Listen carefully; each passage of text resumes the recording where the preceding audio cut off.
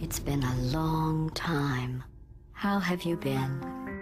Now we start things off with the house that GLaDOS built. We spoke to Portal 2 writer Eric Wolpaw and project lead Josh Willwire about where the story stands at the beginning of Portal 2 and how the all-new cooperative campaign changes the celebrated Portal mechanic. I think we can put our differences behind us. For science. You monster. So at the end of the first game, you shut GLaDOS down, and then you were kind of blasted out of the facility, and you passed out in the parking lot.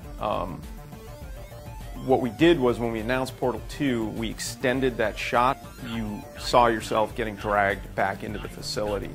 And so you wake up, you're inside the facility, you're in this long-term relaxation vault, and you're getting woken up by one of the new characters who's a personality sphere named Wheatley, who's voiced by Stephen Merchant, who's a British comedic actor. Plenty of time for you to recover. Just take it. Please prepare for emergency evacuation. Stay calm, stay calm, prepare. That's all I'm saying, prepare. The combination of the voice acting, the writing, the animation, and then the sort of environmental design that lets him perform, I think really came together in a way that creates this really credible comedic performance in a game, which I'm really proud of. Let there be light. That's God. It's quoting God. Oh, look at that! Turning. Ominous. I think we knew we wanted to include co-op pretty much from day one. A lot of people that we talked to pretty much told us that Portal 1 was a co-op experience for them, because they would be sitting on the couch playing the game, and their girlfriend, their husband, their brother, whoever it was sitting next to them kind of enjoying it with them. So when we started out, we just felt like, hey, we really want to put a controller in that person's hand too and just let them enjoy the game right along with them. Adding another Portal gun really did fundamentally change everything. I mean, if you take two players and put them into a single-player puzzle, you can usually beat them in about 5 seconds, because you just, it kind of blows right through it.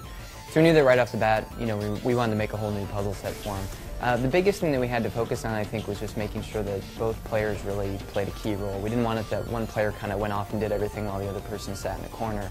Atlas and Peabody, the two robots that you play in co-op, really kind of came from a design standpoint from a need to really make death fun in co-op. So we wanted that to be that, if you accidentally blew up your buddy, that wasn't gory, it was just fun, you could laugh at it.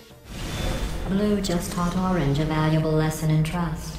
For that, Blue receives 14 science collaboration points. They came right back in, so you see them respawn back into the room and you just continue your progress. And it's kind of interesting for us from a story perspective, because in the single-player game, GLaDOS is approaching the human character of Chell, and so she has a different relationship to Chell. Whereas with robots, she kind of understands them a little bit, so she has this very different relationship to them. So it gave us some new things to do with GLaDOS as well.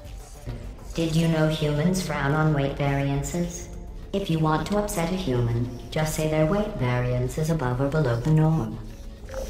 As soon as we had an idea, we would sketch it on the whiteboard, make the puzzle, and just start throwing people against it to see what happened.